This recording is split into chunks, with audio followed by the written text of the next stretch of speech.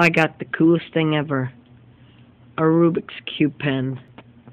And there's only like one space where it doesn't have it, so you can move them around and stuff.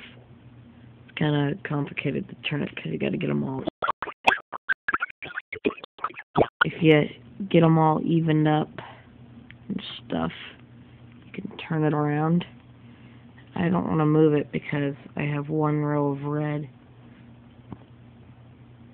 And it took a long time just to get that.